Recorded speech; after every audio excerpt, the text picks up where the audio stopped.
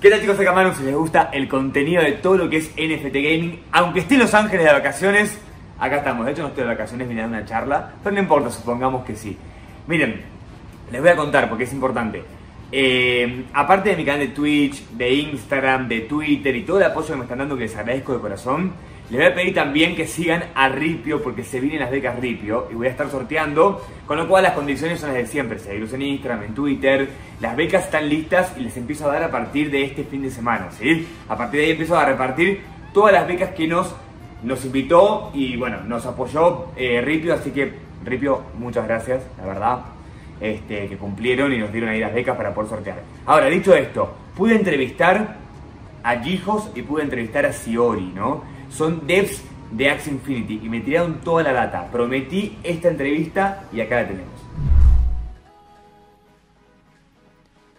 Bueno, como lo prometimos, tenemos no solamente a Gijos, sino que también a Siori. Tenemos a dos de los miembros que manejan el juego del momento, ¿no? Axie Infinity, el que más nos interesa a todos nosotros. Y contento de traerlos acá, pero bueno, vamos otra vez a modo Open English, ¿les parece? Hey guys, how are you doing? Yeah, we're doing well. Very excited to be chatting with you today. I've been a big fan watching your videos and yeah, excited to be here. Yeah, always a pleasure. Excited to talk to the Spanish-speaking audience a little bit. Thanks so much, guys. I mean, I think this is your first time on a Spanish channel, am I right? I think so. Yeah. I've done one in the past. Oh, really? I didn't know. Well, but that's pretty cool. So I'm the second one. So if it's okay with you, because I know you're like full busy, we can go directly to the questions. I make kind of an AMA so that my audience can sort of directly ask you guys. So that's my main idea. Is it okay? Sure. Yeah, sounds great. So I want to go from the beginning. How did the idea of Axie Infinity first came out? And did you expect it to be this big? Yeah, so I'll talk a little bit about the early days. So originally, there are two founders of Axie Infinity. One is named Masamune. He's like on the art, and he's the one who drew the first Axie. And then there's Trung. And they're both Vietnamese. They're childhood friends. They always had a dream of making a game together, but they were never able to really do it. Trung actually discovered NFTs through CryptoKitties, and then that's actually where he met myself and he met Alexander, so two of the other co-founders of Axie Infinity. So yeah, I think like we were people who were always like gamers our entire life, but we never saw an opportunity to make some amazing game. But with the rise of NFTs, right, we saw that, okay, this is a chance to create a new type of game. And this is a chance for someone who doesn't necessarily have so much experience, so much money, to be able to basically take a community first approach to building a game. And because we're doing things a little bit differently, we have some advantage to be able to compete with the big players. So we always thought that blockchain gaming would be big. We always believed that something very special was happening within Axie, because I think the community in the early days was really special. Yeah, but obviously we're really happy and excited that Axie has gotten large. It's also a big responsibility. So at the beginning, like the play to earn model was not in your mind. It was more NFT and more like kind of indie game, but not really play to earn. That happens during the process, am I right? So when we discovered NFTs through CryptoKitties, and we saw that, you know, there is a potential here to create a game where you can turn your time and effort into real value. Okay. But you need to make it very carefully. You need to design the game economy very carefully, and there needs to be a fun game. So we had this idea that, okay, if we can create a very fun game and combine that with a very well-structured economy, that, right, it would be possible for gamers to turn their time and effort into real value. That was our hypothesis. And then, yeah, it kind of took a few years to really blow up. Oh, that's pretty cool. And do you see this, like this new model, this play to earn, like something sustainable in the long term? Definitely. I mean, I think there's a lot of merit to this idea of people getting rewarded for their attention, right? And when you see like the scholarship model that's been forming, the successful scholarships are really about percentage of work done rather than this kind of outdated model of paying people flat rates It allows scholars to benefit from the rise of SLP over time, and it's a model that just feels like a lot more fair and a lot more forward focused. And the digital nature of Axie makes that like borderless and global in nature. So we have these scholarships where run by people in America or Europe, then they have scholars in South America or Southeast Asia, and that's like part of the value that is unlocked, I think, through this new NFT world when you're able to build an actual competitive game on top of it that's fun to play and then also has strong tokenomics behind it.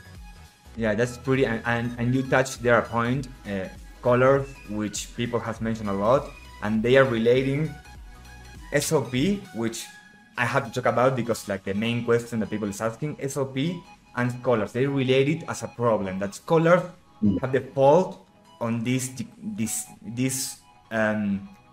new price this SLP is having below even 10 cents. What do you think about that? Are scholars to blame here?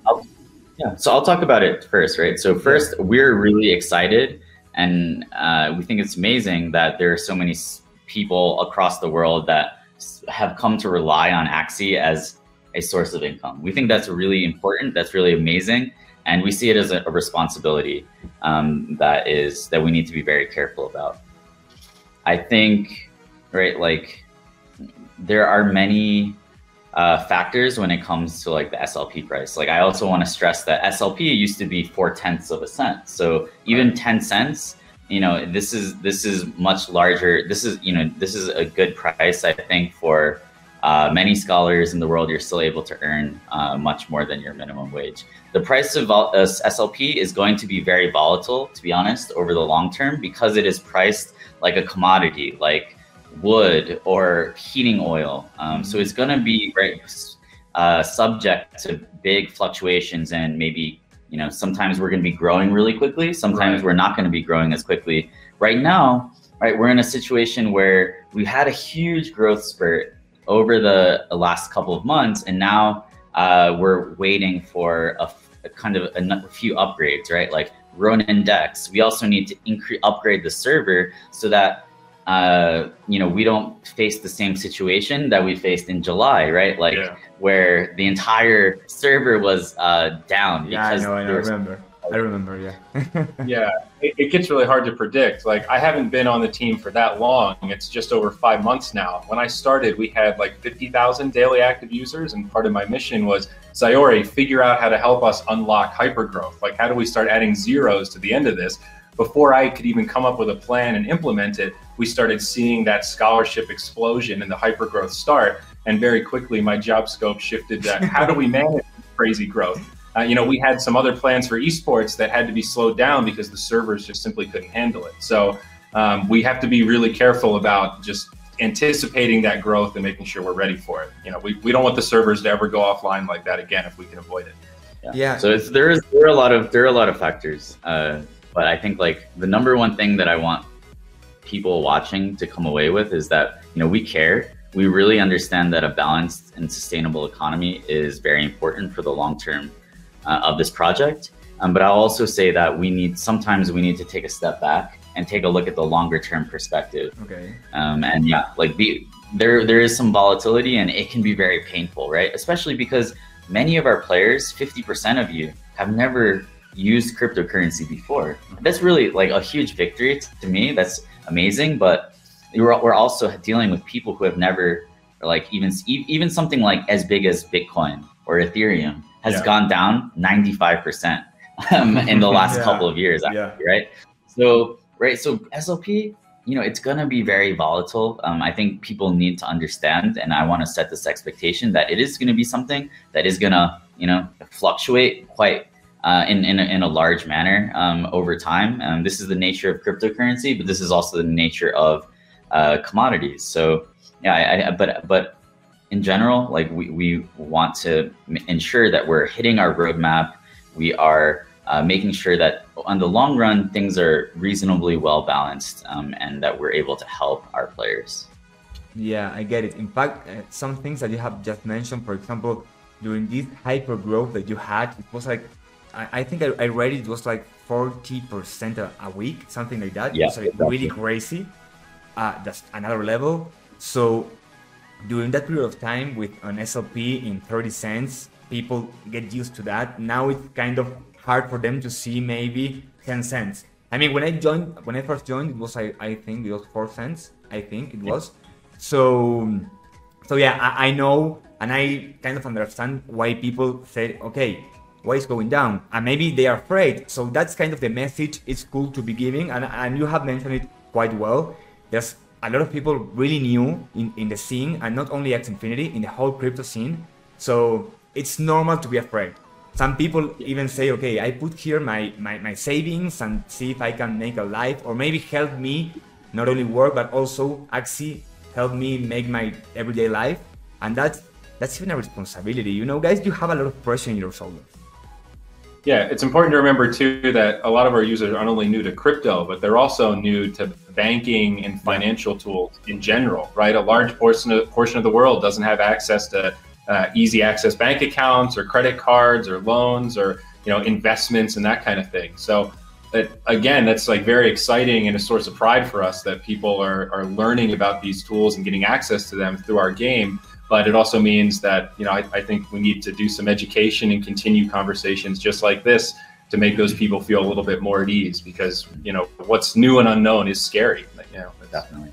So I think, like, you know, some things that we need to work on as, you know, since we've gone from 100,000 people in the community to 1.7 million, right? I think, you know, the community has gotten a little bit like so large that it can be difficult to create like really long lasting friendships.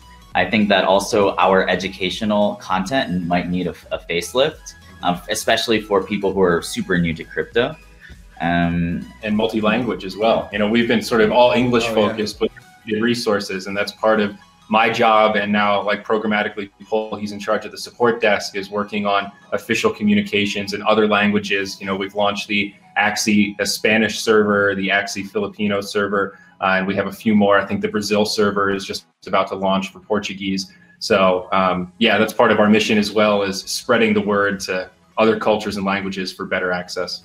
Well, in fact, I don't know if you consider yourself mainstream, because you were not, but in the Spanish market, you have become one. I mean, Axie Infinity now is mainstream. Everybody knows Axie. It's pretty big. It's amazingly big. Like any other big game, such as Clash Royale, maybe Brawl Stars or Free Fire. Everybody here in Latin America, at least, knows Axie Infinity or wants to play Axie Infinity. Here you have become like mainstream, yeah. That's amazing, man. I'm also very confident that you're a big reason that this happened. Thank you. This is not our victory alone. It's your victory as well. It's for the entire community. So thank you. Yeah, this is amazing. Here in Latin America, it's amazing. And well, going to the roadmap that you mentioned, maybe you can't answer this, and I know that like those dates is not what you want to say, but is DEX happening in Q3? I mean, this month? It might be a little bit too specific to go into. I would say that we're making really good progress on the DEX. We are having like certain DEX related contracts audited right now. Cool. So yeah, we're pretty close. Yeah, we just had a meeting about it a couple of days ago, and it seems like we're all in sync. So, you know, I'm starting my launch planning of it. So is it crazy to say weeks instead of months? Is that too specific? Oh, it might be. I think it might. I'm not. I can't guarantee weeks right now. Because I might have said that in an yesterday. So my bad. That's okay. Okay, so we are pretty close. Yeah. So I would say, like, I prefer to talk in terms of pipeline. Okay. So Axis staking is getting incredibly close. I can almost taste it. DEX is getting quite close as well. And we're also making a lot of progress on Battles V2. That's where I see a lot of the progress happening internally. And then I think, yeah, the LAN team is also working very hard, and they're adding a lot of great talent to it as well. So. And about LANs, what will LANs bring to the table? What's going to be different there? Sure. So land, I think there's three kind of ways to look at this, right? And there's three kind of maybe types of gameplay or types of experience that we might think about. So one is this idea of, right, like building up collecting resources, building up a town, like crafting, crafting, kind of building. So that's one thing. I think, right, harvesting resources. Some of them might even be tokens, right? So I think that's one. Direction. And then there's this idea of battling for control of territory, forming alliances, maybe like guild system, right? Raids and raids invasions, and that kind of stuff. Yeah, so territory control. So this is an aspect of land, right? And then finally, there's this idea of using land as a launch pad for user-generated content and experiences, something like Minecraft, right, where you can build mini games on top of land. So these are the three directions of land. Right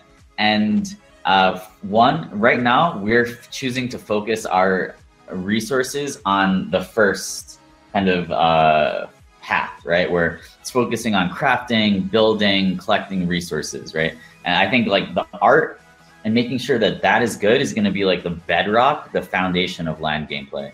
Then we can add on battles, and then we can add on mini games once that is fully fleshed out.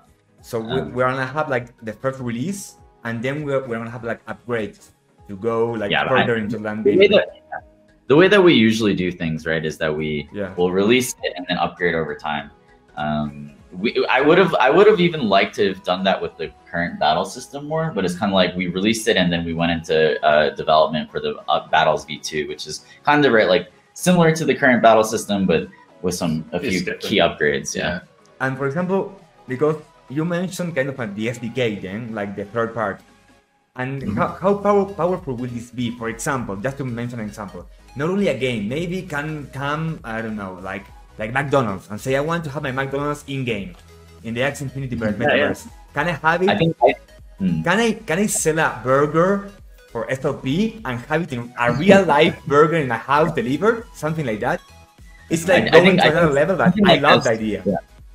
Yeah, something like this, like making it a distribution channel for products and even blockchain products as well. So you could have like e-commerce, right? Like merchants, and then maybe restaurants, like you can order food maybe. Stuff like that could make a lot of sense, right? And then also, I think that makes sense. It can make sense long term. It's still maybe a little bit early. But that is all like an amazing idea. I mean, that's supposed to be the beauty of the metaverse, right? Is that things are, NFTs can talk to other NFTs, and there's a whole potential world of like cosmetics and like cross promotions, and there's a whole intersection there with esports as well, and like content creators, where maybe there's a world where we can do like NFT fashions and like merch lines, and you can sell digital versions and have it connected to physical versions. Maybe for esports, we develop some sort of like Axie TV where you could watch esports through Axie Land in like, VR or AR, or just, a digital ticket to attend a tournament. Maybe drops would be included with that. Maybe this could be a whole revenue stream for third-party tournament organizers that, want to sell digital goods and use that to crowdfund part of their events or connect with their fans or just sell exclusive digital goods. I think the potential is sort of limitless, but we've got to finish building our foundation first. Some of that stuff is probably years away, but that's the kind of big ideas we think about for sure. Yeah, but it's pretty cool to have like a side of your vision of what we can achieve with the path of the years. It's pretty. I mean, when everything we are doing, creators, community, depends on you guys. Yeah, like you are the leaders here. You are the one that are like saying what's the path to follow. So having like this vision of your way of seeing Axie Infinity, it's like we want as community, because I'm community. Of course, I'm a creator, and a creator is community. So it's like what we really enjoy, to know what's your vision. I know we can't know everything, of course, but I mean, how you see Axie Infinity, that's pretty cool. To know that you have like long-term plans, and it's like you're saying about even watching esports inside Axie Infinity. I mean, it's pretty big, all what you want to achieve. And Andrew, about esports, can we expect to have like an official tournament, an official competition for next year? Because right now everything is community. Are you planning like the Axie Infinity tournament? Yeah, definitely. I don't want to put a timeline on it because we're at this really delicate part in the alpha where we have so many amazing things that are like almost done being developed, and we definitely want to have like version 2 of battles rather, kind of launched and deployed before we start building the super serious esports infrastructure. I think we want our esports universe to be a balance of first party like Sky Mavis run events like an Axie Pro League, but eventually build that up to support a lot of third-party events along the way. Okay. Maybe you have majors and minors that are owned by different third parties, or maybe you have local stop-offs in some sort of a circuit, kind of Magic the Gathering style, where each event has some sort of circuit points attached to it, and then those become kind of qualifying points to get you to the World Finals or the Axie Final. Maybe that's attached to like an Axie Con where, there's the big esports tournament, but then there's, like a cosplay fashion show and all sorts of other little creator initiatives that we could run and have sponsor booths and that kind of stuff. So, right now, like we never planned on having esports be this private server whitelist thing. We did that because we have to do server upgrades on the main server, and to do that, we have to turn off a bunch of features. So this was our way of still enabling some esports in this little preseason, rewarding some of the people that were running events already, but also running some experiments with new organizers that have stepped up and reached out. And, it's easy to make a proposal. It's a little bit harder to execute an event. So this is a perfect time for us to see who can, walk the walk and not just talk the talk. So yeah, if Axie is in alpha, Axie Esports is in like pre-alpha right now. Okay, yeah. So I have my tournament myself, so yeah, I know. Yeah. So there are some big plans, but we're still kind of fleshing it out. I think we want to finish this grant period and like collect all that data and then try to interpret, what worked, what didn't, and look at our roadmap and see if anything gets grossly delayed, and then, make firm 2022 plans for esports, after that. So we'll probably take a little planning session in January and then, figure out what the rest of the year looks like. Will that include maybe like on-site events to the community to gather there, something like that? Yeah, I mean, we love the idea of real-world meetups and like that energy of getting everybody together. Like that's one thing I think Magic has done really well with their like Friday night meetups and like getting that global energy going. Obviously, COVID has made that a lot more difficult, and we've got to find the right way to navigate that ethically and make sure everybody stays safe.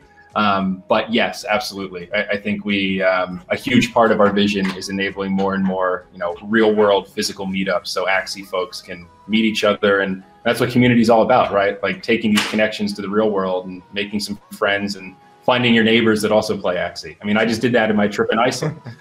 Out who plays Axie, and I met the 3 Axie players in Iceland.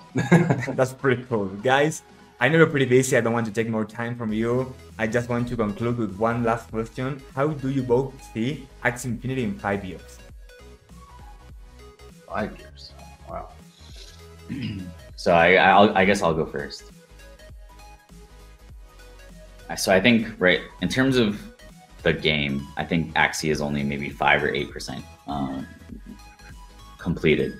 So I'm super excited for massive upgrades to how we think about Axie, right? Right now we think of it as kind of like a few kind of interconnected experiences or features, right? Like there's battling, there's breeding, there's kind of collecting, there's the marketplace. But I think in 5 years, we will really see Axie as an entire universe of games. I think we will start to see it as maybe the main IP of the metaverse. It might even be the largest IP in the world at that time. So yeah, I think I'm just really excited about basically, Axie just getting so much larger, and the scope of experiences that you can access with your Axies just being magnitudes higher, right? I think long term it will be impossible for Sky Mavis to build all the content that the community wants, right? So opening it up is basically also a scaling strategy, right? Like we always think about scaling, right? Scaling transactions, scaling the Discord, right? Scaling the community, but then it's also about scaling the content. And I think the last piece of the puzzle, the most important piece of the puzzle is how can we open up Axie so anyone can build on top of it, so that every single type of game can be built on top of Axie, and therefore we can appeal to every single type of person almost on Earth. So yeah, I think that's going to be really important. And then I also have this vision for us taking our relationships that we've built online and turning them into physical world experiences, and maybe even kind of like organizational power structures in the real world, right? So I think there's already kind of Axie villages that are forming in the Philippines. I think that's going to continue even more. I'm interested in exploring some concept like an Axie center in every major city, right? Where this like an Axie shaped building that you can see from really far away. And then people are like, oh, that's the Axie center. Let's just go there. You go there, you can meet other Axie owners, you can make content, you can have a tournament, you can have a meetup, maybe you can meet other Sky Mavis team members. So like a really social physical hub to meet your online friends. I think something like this will be important. And then, yeah, maybe a little bit more out there is like, maybe we can even terraform our own country eventually, or buy a really big boat and be in international waters. I think like this is also one of the promises of what we can do. So I'm being 100% serious that I think that things like that are possible, but we just need to take it one step at a time. But yeah, maybe 5 years, things like that will seem even more, or things like that will seem a little bit more plausible. Yeah, I think to piggyback on that a little bit, like my trip to Iceland, I just got back a couple days ago, but I was talking, they have, you know, sort of these local communities that are starting to pop up, because in that country, there's 4G LTE everywhere. So this idea of like setting up a town kind of in the middle of nowhere, but still being connected to the global economy and the blockchain world is totally possible. And I think like governance is this really fascinating concept that, despite being a huge part of human history, still has a lot to be figured out. And I think land gameplay is going to serve as a really interesting, like kind of real-time experiment of how a governance model can be built from the ground up for kind of our own gaming purposes. You know, this idea of like an Axie mayor or like an Axie constitution. Like, it's one thing to say, hey, I don't like your rules, let's make our own country. But once we make the country, we got to figure out what our rules are and how do we execute the rules. And some things we can do with smart contracts, but some things like the human element, we can't necessarily program away. So how do we, police and govern ourselves to make a successful community for everyone? These are really fascinating big questions that I think will start to come into focus when you're talking about like 5-10 year timelines. On the esports side, I mean, I'm super excited to be able to look at what else has been done in the esports space and say, hey, this worked, maybe this didn't work so well, and take little pieces of inspiration from different esports and build a system that hopefully takes the best of all worlds, enables our creators, and it also enables, other than just the 0.01% of elite players to participate in some part of the esports infrastructure. Having the Axie treasury and all this AXS to use as prizing kind of changes the esports model, where we're not as reliant on sponsors. We can use that real estate in the broadcast to build up content creators, third-party esports events. If we're focused on building the ecosystem, all of that is just a giant marketing vehicle. So I'm pretty excited about the limitless potential of Axie esports, and especially as we have more games in the ecosystem. I mean, there could be an Axie MOBA in the future, right? Dota was created on the Warcraft 3 map editor. And then it morphed into a whole game and genre. There could be an Axie shooter. There could be an Axie hack and slash. All these games could potentially be competitive, and within our IP, there's so much potential there. It's hard to imagine what Axie esports could look like in 5 years, honestly. Wow, guys, I gotta have to buy more AXS. Yeah, you went pretty high. No, I'm happy. I'm happy to hear all these things you have in your mind, having the possibility to use Axie to have different genders inside the gaming. It's like you mentioned. I mean, I usually use that same example. I mean, Warcraft 3, goes into Dota, then Dota 2, and even more games such as League of Legends or Heroes of New Earth and all those games. It's amazing. So guys, thanks so much for your time, for the interview. A lot of information that we didn't know at all. So it's always cool to hear you. You are like the leaders here, the ones that have the path in your mind. So it's amazing to have some sight of what you think. Awesome. Well, thank you, man. Thank you, man. Yeah. Did you know that I took Espanol in high school too? So en colegio Okay.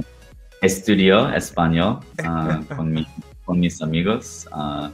Mi nombre de español es Jefe. Okay. Muchas gracias por la oportunidad ahora. Do you get something from my videos or nothing at all? When I'm speaking in YouTube, do you get what I'm saying or nothing at all? A little bit, yeah. I understood what you were saying, like when you introduced us. Un poquito. Okay, cool. Thanks, guys. Thanks again. It was a pleasure to have you on my channel. Hope we can repeat this soon. Thank you. Awesome, man. That's it, guys. Thank you. Bueno, chicos, y eso fue todo. Ahí tenemos un montón de data. La verdad es que sé que hay un estado crítico con el tema del SLP. Sé que está muy bajo, pero claramente ellos también lo saben. Están preparando toda la infraestructura para poder despegarlo. Ellos muy fácilmente pueden volver a despegar el SLP. Lo único que tienen que hacer para hacerlo es simplemente bajar el rate del XS. Ni siquiera agregar un segundo método de quema. Ya con eso se dispararía. Con más quema, por supuesto que más todavía. Lo tienen muy claro. No lo hacen justamente de momento, por lo menos, porque están preparando toda la infraestructura para poder montarlo. Lo bueno es que sabemos que muy a corto plazo se viene el running y que el stacking prácticamente lo tienen listo. Es cuestión de decidir cuándo lo sacan. Esto fue todo, espero que les haya gustado, les mando un saludo. Chao, chicos.